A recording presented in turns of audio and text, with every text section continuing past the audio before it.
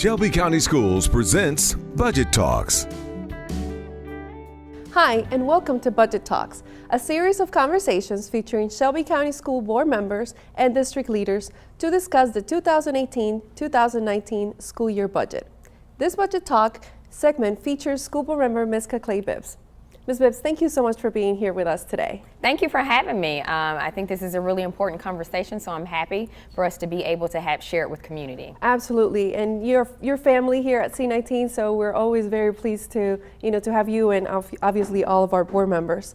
Ms. Bibbs, let's talk a little bit about your role as a board member, because I think it's important for our audience to also understand that you play obviously a very important role around policy and what you have to do as a board member, but you also play an even more important role as a parent, but then also as a voice of your community and your constituents. So talk to us a little bit about that. Absolutely. I think one of the main reasons why I enjoy my role as a school board member is because I definitely look at it from the lens as a parent.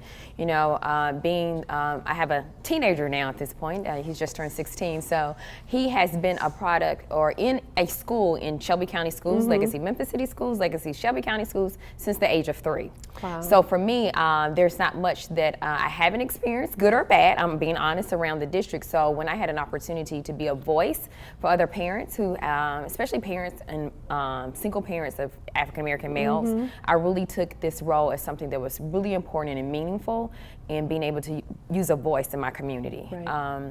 One of the biggest things as I think about my community that I represent, which is District 7, and it's a piece of Whitehaven, South Memphis, Hickory Hill, the airport corridor. Okay. So it's a huge area in land size, but very concentrated in each community around families. But I realized that we have so many pockets of greatness, and then we had some pockets where we really just needed some extra assistance with. Right. So I take it very seriously. I visit my schools often. My principals know that I love them and their work, and I just all in all love the kids. Yeah, that's very interesting because you're seeing things from basically all angles. Yes. You're seeing things because your interactions regularly with, the administration, as a parent, as a community member. So that's really, really good context. And that I'm sure that creates a really good connection about, how you collaborate with the rest of the board members to ensure that, that even during this budget process that, you're representing your district and you're really voicing those concerns and those opinions of your constituents. Ms. Biggs, helps us understand a little bit about how the budget process works. Like, how does it look like from a board member perspective? For me, I will make the statement for this particular budget process going into it for the 18-19 school year. I thoroughly enjoyed it because what we did differently was we actually spent some time talking about what was really important to us as a board and where we felt like there were gaps. Okay. And we did about 4 meetings where we spent time really going through from top to bottom around where we felt like we needed investments and really looking at it from the standpoint of if there was a perfect world, and we had all the money, where would we put the money? Which, of course, it's not a perfect world, but it did help us narrow down to figure out where we could put investments. So that process I really enjoyed this year. And then we really walked away maybe of a good solid 5 to 6 things where we were able to put investments in. And I think that really addresses the needs of everyone's district in this way. Right, and as a board, you've also been very instrumental around really getting the school system to be at a stable position, because for a number of years, unfortunately, there was a lot of budget cuts and just a lot of changes and shifts that were happening within the organization, and you've been through all of it. Yes. So I'm sure it's very gratifying to actually see that even though there's some work that still needs to be done, you're in a much better position, and that's also because of all the hard work that you and your fellow board members have played through this entire process. Absolutely. I mean, that's an outstanding point. I think it is a different conversation to talk about investments versus in the past couple of years to talk about deficits.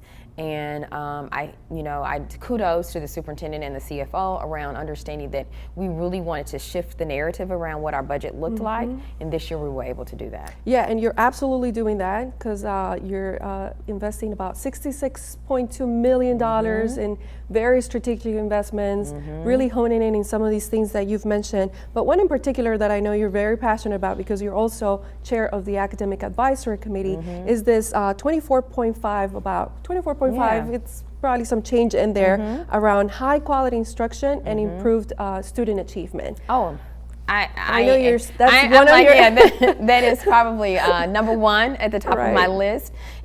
As we talk about like the shifts in academics and the shift in testing and just really what that culture looks like in our district, one of the main things we really had to do was do an investment in order for us to be able to show up for our students. The investment in reading interventionists, the investment in making sure you have the right teachers in the right schools, super important because, and also additional education assistance. Okay.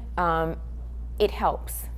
I'm looking forward to seeing the results of that. And again, going back to our process, in the beginning, that wasn't necessarily, we knew we needed to make an investment in academics, but we weren't quite sure what it was. But by that third or fourth meeting, I was like, we gotta have reading interventionists. Right. And how pleasing it was for me to come back by our fourth meeting and the superintendent presented to us that we would have an investments in that way. Because reading and literacy is where we need to be able to make the shift. Right, and I know that part of those reading specialists, it's also like that professional development because you have been, very much a champion of ensuring that we're addressing needs, and from pre-K all the way to 12.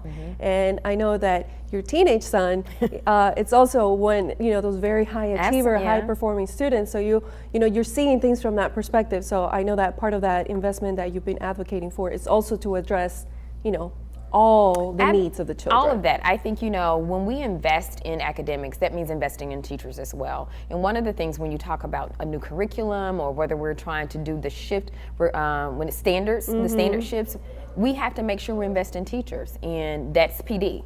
And new partnerships, and that's one of the part of the $24.5 million is we have partnerships with our universities that are available, and I think that's super important because we're touching it from all standpoints, teacher prep as well as now that we have them, making sure that they excel. Right. I know another area that you're also very passionate about because of your role in the community, it's also this $1.9 million investment that we're making around family and community engagement. I know that's very close and dear to your heart. Talk a little bit about that investment. I think for me, it can't just be us a part of this work. We have to get community, we have to get parents to show up, and so you got to invest in it for that to happen. Right. And with a small department who is responsible for over close to 120,000 kids, 5 people can't do that alone. Right. So it's really important to put an investment in that way so everyone can show up at the table. Our students are being touched not only just by us on a regular basis, they're being touched by community partners, our faith-based partners, and honestly just regular community that they come in contact with during the summer. But we need everybody at the table, and in order to make that happen, we have to make an investment so everybody's on the same page. So I'm definitely looking forward to that. One of the programs I'm excited that we're spending money on is AVID. And I know firsthand because my son took AVID in 7th grade. And that's a program that teaches them, honestly, social skills, soft skills, budget, what it looks like to be an adult after you graduate high school. I can't wait to next year to have the conversation again, so maybe AVID can be in all schools. Right, I think we can have a whole segment about AVID Yes. because it is an incredible program. This is really good segue into my next question, which is about you're a very active parent. What are some of those tips and recommendations that you can give to also other parents or even just community members around not only just getting involved during the budget process, but also throughout the school year? Share some of those. I think, our parents can, it's always difficult as a parent because sometimes you may get connected to the school when something goes wrong. I think maybe if you start off the school year looking for what's right and building relationships with your teachers and building relationships with the administration, you may, and joining the PTA or PTO, the reality is you may not be able to make every meeting, but at least that keeps you in the know. And most of our PTAs and PTOs do an email list, so at least they're able to target you around certain things. Even if you can't be there, you know the information. I highly think that is a really great way to get engaged. And then just from another perspective, as a community partner, I think come to our board meetings. I think that's really a way, and I'm not saying you have to come every, second, the last 2 Tuesdays of the month, but make it a point to come, hey, let me go every other month so I can see what's at the table and I can figure out how it can be helpful. That's really important because a lot of times what we do is we discuss those issues in our board meetings, and that's how people step up to plate around community partnerships. Right, and I think another one that I know we have some community members that attend is that you're constantly having committee meetings where you're really getting in depth into some of the topics that operate in the district. where you're able to have those much more like informational, and you're really able to like dig into those topics. So those are also probably some opportunities. A really great opportunity. They're open to the public. We have committee meetings often, and to your help, we have them listed on our website. So you can pick and choose which ones you attend just to see what's happening, because we've had various community partners to show up at our committee meetings, and from that they've been able to bridge gaps for schools. Ms. Bibbs, the last thing that I wanted to, for us to touch on is that regardless of this really huge investment in the fact that as a district we're in a much better place, there's still some needs, and there's still a lot of support that we need. One specifically is this county commission ask that you're going to be making on May 30th, which is around 12.7, and I know you're also being very involved in the conversations around the college and career readiness redesign. Can you talk a little bit about what that 12.7 is earmarked for? I think first let me step back and say that our ask, or we could always use more money, and I think that's the reality of it. Yes, we've done a great job with the dollars we have, but it's still working on limited funds. Right. As a community, from the city and the county government side, they've been saying we need to have our students ready to be able to fill the gap regarding some of these jobs that are available.